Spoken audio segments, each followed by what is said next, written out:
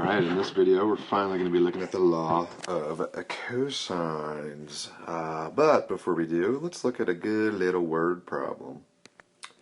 So, a family is traveling due west on a road that passes a famous landmark. At a given time, the bearing to the landmark is north 62 west, and after the family travels 5 miles farther, the bearing is north 38 west. What is the closest the family will come to the landmark while on the road? Okay, I like this problem. I think it's a good setup. It gets you to really think about how all these pieces work together. So, let's draw ourselves a road going to the west. Remember your compass, north, south, east, west, just like that. What do we know? A family is traveling on that road due west, and they pass a famous landmark. So somewhere off of the road is a famous landmark.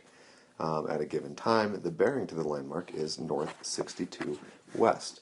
And so let's just say that this point right here is that given time.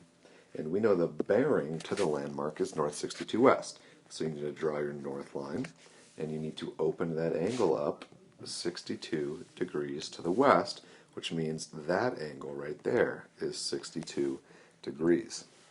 Now, if that whole angle right there is right, since the road is going west and that dashed line is straight north, that makes a 90-degree angle. So we can take 90 minus 62 to figure out that this angle right here is 28 degrees. Okay, what else do we know? We know that the family travels 5 miles and then they have a new bearing. So let's put a new point on our line. We know that distance there is 5 miles, and we have a new bearing. So I'm again going to dash in a north line, because the bearing is north 38 west, which tells me then that this angle right here is 38. But again, that's a right angle right there, because of the whole northwest thing again. So that means that whole angle there is going to be 90 plus 38, which is 128. We can use that to find that third angle up there. 180 minus 128 minus 28 is 24. And so now we know all the angles of this oblique triangle. But what does the question want? The question wants to know, what is the closest the family will come to the landmark while on the road? Well, we talked about this in the last video. The closest distance is going to be that perpendicular distance right there, and we want to know what is that value, and well, how do we solve this? Well, I'm going to pull out two different triangles. I want you to look at this oblique triangle, which is this one right there. We found all those angles, and so we can label it 28, 128, and 24. We know that that distance is 5, and we don't know any other values, but I'm going to call that H for now. What's the other triangle we're interested in? Well, let's look at this whole right triangle, that big one right there. We know still that this angle over here is 28 degrees, that's the same angle, and we don't know the length of the bottom, but if you think of consistent components in each of these, that hypotenuse of this triangle is the same as that line H in the oblique triangle. And we want to know what is that value of y right there. So if we can use the pink triangle to find the value of H, we can then use SOHCAHTOA on the green triangle to find y. So let's do that. Let's find H. Well, H, let's set up a proportion using the law of sines. H divided by the sine of 128 is going to equal 5 divided by the sine of 24. And so H will equal 5 times the sine of 128 divided by the sine of 24. Crunch time. You should find 9.687 for the value of H. Well, I can now put that on my green triangle. Now that H is 9.687. So now I can say that the sine of 28 equals the opposite side y divided by 9.687, which I'll then multiply up to get this equation. 9.687 times the sine of 28 equals y. And let's crunch that one as well to get our answer. And you should find that number to be 4.548 miles. I really like this problem because there's really not all that much you have to do in terms of calculations, but you need to think very carefully about what you know, and you need to think about how to use these two different triangles together in conjunction. Love it. So now we're going to do a little bit of review. Should be pretty quick, and then we will look into the law of cosines. So first is review from what we did in the last lesson. I want to state all these conditions. So remember, the first thing we need to do is find that perpendicular distance right there, which is just going to be 32 times the sine of 27 degrees.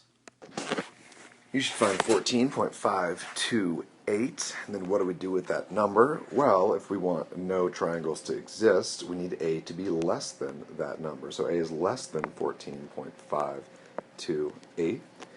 If we want exactly one right triangle to exist, well, then A has to equal that value, 14.528. If we want one obtuse triangle to exist, A has to be greater than or equal to the side that we know, the 32. And if we want there to be the weird two triangle case, then we know that A has to be greater than, we know that A has to be greater than this value, 14.528, because if it's not, then it's not going to be a triangle. So A is greater than that, but A also has to be less than that side length of 32, because if it's greater than or equal to it, then we know we only get the one triangle. So those are the four conditions right there. Very quick, very straightforward. But what then if I give you a condition? A equals 18. Well, remember how this situation worked before. If we looked at that isosceles triangle there, 32, and plopped the line down for A to equal 18, we would get these two separate triangles, both with these conditions, same conditions, that give us two distinct triangles with the same initial properties. This would be a 27-degree angle right there, and so we have this green triangle with these conditions, and you have that purple triangle with those conditions as well. I'm not going to work through this one by myself. You should be able to do that by yourself at this point. The one thing I will remind you and point out is that once you find this angle right there, to find the green angle right there, it's just the supplement. So the green angle is going to equal 180 minus that purple angle that you find. And remember, the law of sines will only give you that purple angle. It will only give you that acute angle. So you got to do 180 minus it to get the green angle. But you will get two totally distinct, different triangles. So when you solve both of these out, this top triangle right here should be the first one you get. When you use the law of sines, the first angle you'll get is that 53.813. You can then use that to find the other angle up top, and then use the law of sines again to find that side of 39.14. The other angle you should get is taking 180 and subtracting that 53.813 to get that angle right there of 126.187, which you can then use to find that angle and then that side right there. Notice that this triangle got flipped. It should be like whoop, going up like that if you wanted to keep things in the same order, but all the components are in the correct location. Just remember, weird case, two triangles, 180 minus the angle you find gives you the other possible angle, which then will give you the other possible triangle. And now we're going to do some review from earlier on in the unit. So first problem, negative arc sine of cosine of 5 pi over 3. How do I do this? Well, cosine of 5 pi over 3 is a value on the unit circle. You should figure out what it is. So figure out where cosine of 5 pi over 3 is. So split the top into 3 and the bottom into 3. And now we can count. There's 0, there's 1, 2, 3, 4, 5 pi over 3 puts us right there. and we want to know the value of cosine right there. Well, remember on the unit circle, cosine is x, so when I think about this, I'm going to compare that to that angle in the first quadrant, which has the same value. What angle is that? Well, that angle is pi over 3. What's the value of cosine there? Well, the value of cosine there is 1/2. Again, you need to know these values. So this question becomes, what is the negative arc sine of 1/2? Which is asking you, on the restricted range of the inverse cosine function, where do we get the value of 1/2 for the sine function?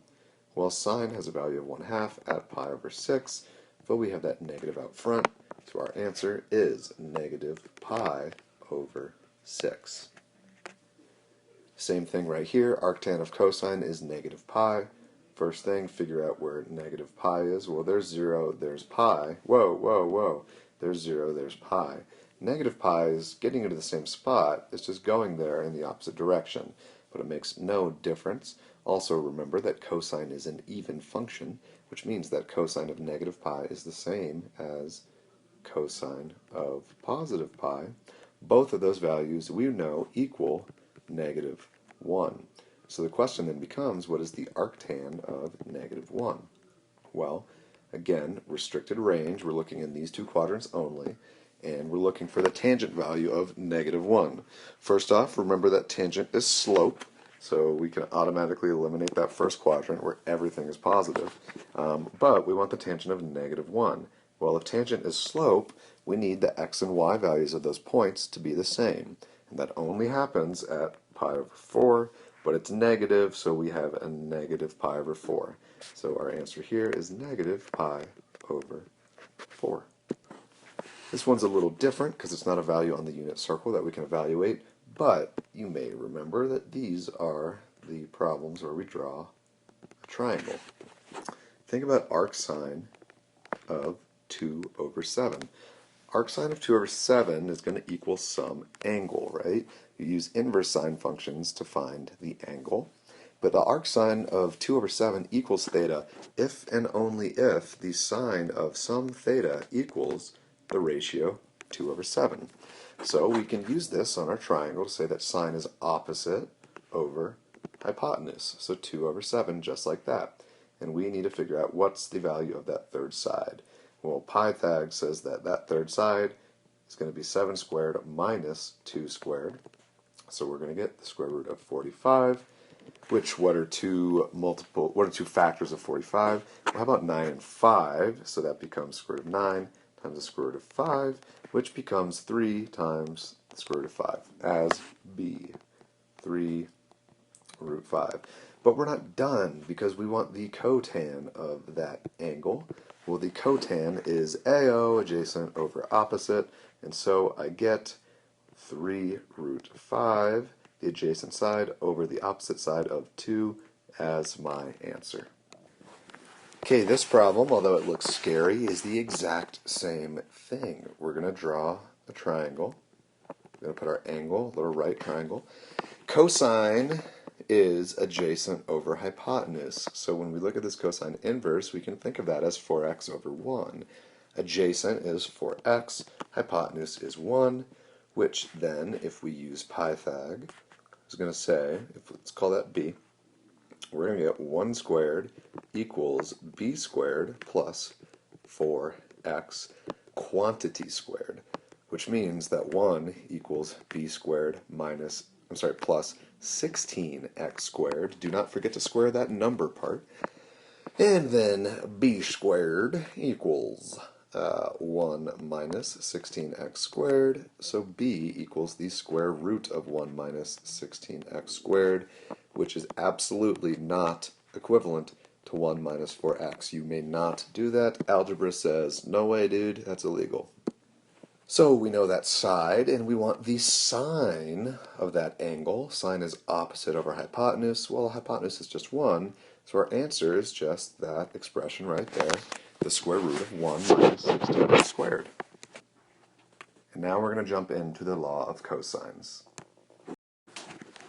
Now, The formula for the law of cosines is a little more involved than the formula for the law of sines, and so what I'm going to do, rather than give you the formula, is just show you how to use it. I'm going to help you set up the equation, and then my hope is if you can just see how the pieces of the triangle work together, it'll be easier than actually trying to memorize the formula.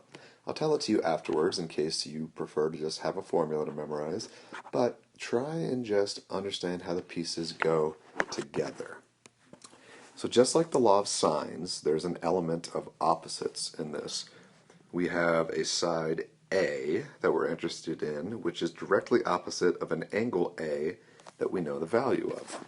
If we want to find A, we can set up the equation A squared equals one of the other sides that we know, squared, 15 squared, plus the other side that we know, squared, minus 2 times those same sides, 15 and 10, the only sides we know, times the cosine of the only angle we know.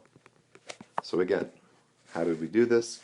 We said the side that we want, A, the side that we want, squared, equals the other two sides, squared and added together, minus 2 times those same other two sides times the cosine of the only angle that we know.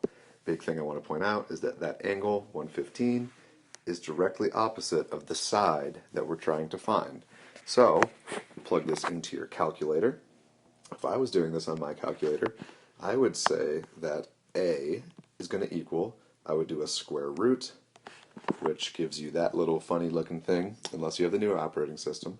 A equals the square root of 15 squared plus 10 squared minus 2 times 15 times 10 times the cosine of 115. Now I would enter it in exactly like that to find my answer of 21.255 centimeters. Notice that the units are the same as the other units for the sides, but that is the law of cosines. That's how it worked. Again, the side we want squared, which is directly opposite of the angle that we know. The side we want squared equals the other two sides squared and added together minus 2 times those other two sides times the cosine of the only angle that we know. So let's use the law of cosines again, and let's do it on this problem. We've got a softball pitch here. We want to find the distance from the pitching mound to first base. No, you may absolutely not assume that is a right angle. In fact, it is definitely not a right angle. And so we have to use the law of cosines. Notice we have that angle is 45 degrees, which is directly opposite of the side that we want. So we'll get the side that we want squared equals the other sides that we know squared and added together minus 2 times those same other two sides, 43 times 60, all times the cosine of the only angle that we know, 45 degrees, and again that angle is directly opposite of the side that we want. So plug it in your calculator and you should find 43.42 feet. I lied, I was doing that from memory. It is 42.43 feet. My bad. And that's the law of cosines. Again, it's the side we want squared equals the two sides we know squared minus 2 times those same sides times the cosine of the angle opposite of the side we want. It is pretty straightforward. If you want to look at a formula, there's your formula. A squared equals b squared plus c squared minus 2bc cosine A, and you can do it for any angle. But really, I think this makes it a little trickier than it needs to be, and people often goof up their A, B, and C's, depending on how your triangle's labeled. So think about how it works, and you'll be good. But again, that is the first instance of using the law of cosines. It's the more straightforward instance. Just like the law of sines, it's a little easier to use the law of sines when you're finding a side versus finding an angle. When you're finding an angle, you need to use inverse sine, and it gets a little trickier. Same thing here. It's a little easier to do the law of cosines when you're trying to find a side and not an angle, but we need to know how to do both. Let's imagine that in this same problem, we knew that this value of h right here was that 42.43, but we did not know this value of the angle. Well, we could set up the formula in the exact same way. We need to notice the opposites. We could say 42.43 quantity squared equals the other two sides squared and added together minus 2 times the other two sides times the cosine of the angle in between those two sides. The only difference is this time we don't know that angle, but notice how that setup is exactly the same. Now we just need to work backwards to get the cosine of h by itself, because if we can get the cosine of h by itself, then all we need to do is take the inverse cosine of everything else.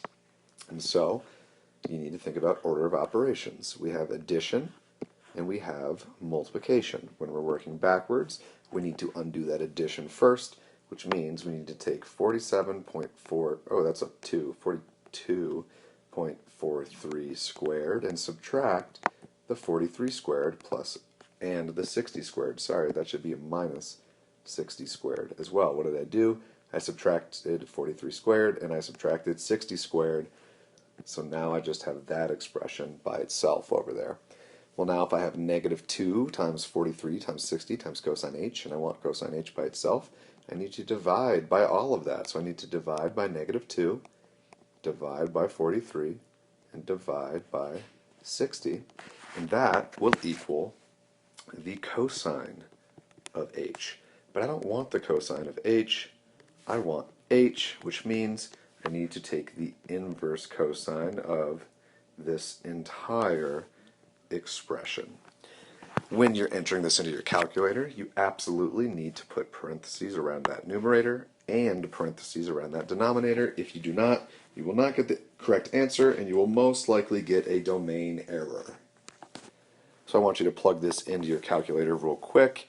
If you did not goof anything up, then you should get an h value of 44.999, which is not exactly 45 because we rounded that 42.43. So make sure you can get that. And now let's just try.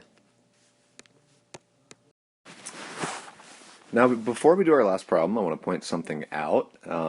Remember that with the law of sines, we ran into that tricky situation where if the value of the second known side is between the length of the first side and the length of that right angle value, you end up with these two different triangles. And remember why that happens? That happens because inverse sine will only ever give you the value in that first quadrant there. But we know symmetry of the unit circle.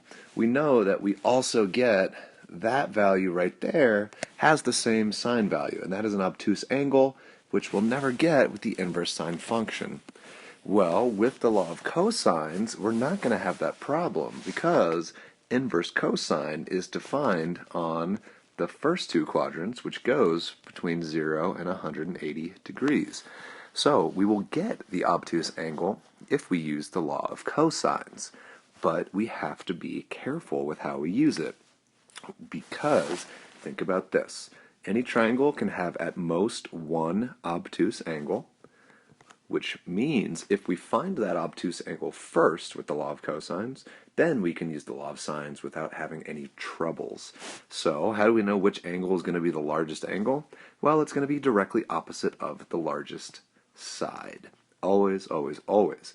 So when we use the law of cosines in this instance where we know three sides but not any angles, Now we need to set up the largest side as our first piece of information. So the largest side squared, is going to equal the other two sides squared, 8 squared, plus 14 squared. So the other two sides squared and added together, minus 2 times those same other two sides times the cosine of the angle. And we don't know the angle. So again, we're working backwards, which is going to give us 19 squared minus 8 squared minus 14 squared divided by negative 2 times 8 times 14. And if we want that to equal b, we need to have the inverse cosine of that whole mess. Remember, on your calculator, put parentheses around your numerator and around your whole denominator. Do that, and we'll find our value for b. When you do that, you should find that b equals 116.801. So I would enter this into my calculator as cosine inverse gives you that parenthesis. I'm opening a new parenthesis, doing 19 squared minus 8 squared minus 14 squared, close that parenthesis, divided by, open a parenthesis, negative sign, not a minus sign, a negative sign, a 2 times 8 times 14, and then close a parenthesis. You can close the other one if you want, and you can even close that last one if you want, but that should get you the 116.801. So we know that b is 116.801. We found our obtuse angle, so we will no longer have any issues with the law of sines. And now we can use the law of sines to find angle C and angle A. So let's say we want to find angle A. Well, angle A is going to say the sine of angle A divided by the opposite side, 8, equals the sine of 116.801 divided by 19. So then sine inverse of 8 times the sine of 116.801 divided by 19 will give us A. So from that expression, you should find that A equals 23.372 degrees, and you should find that B equals 39.827 when you take 180 and subtract 116.801 and 23.372. And I wrote that wrong. That should be angle C right there. But, again, if you did not find that angle first, then you would get the incorrect triangle, and that would be very, very sad. So be very, very careful, and when you're using the law of cosines, always find the largest angle first. You know it's the largest angle because it's opposite the largest side.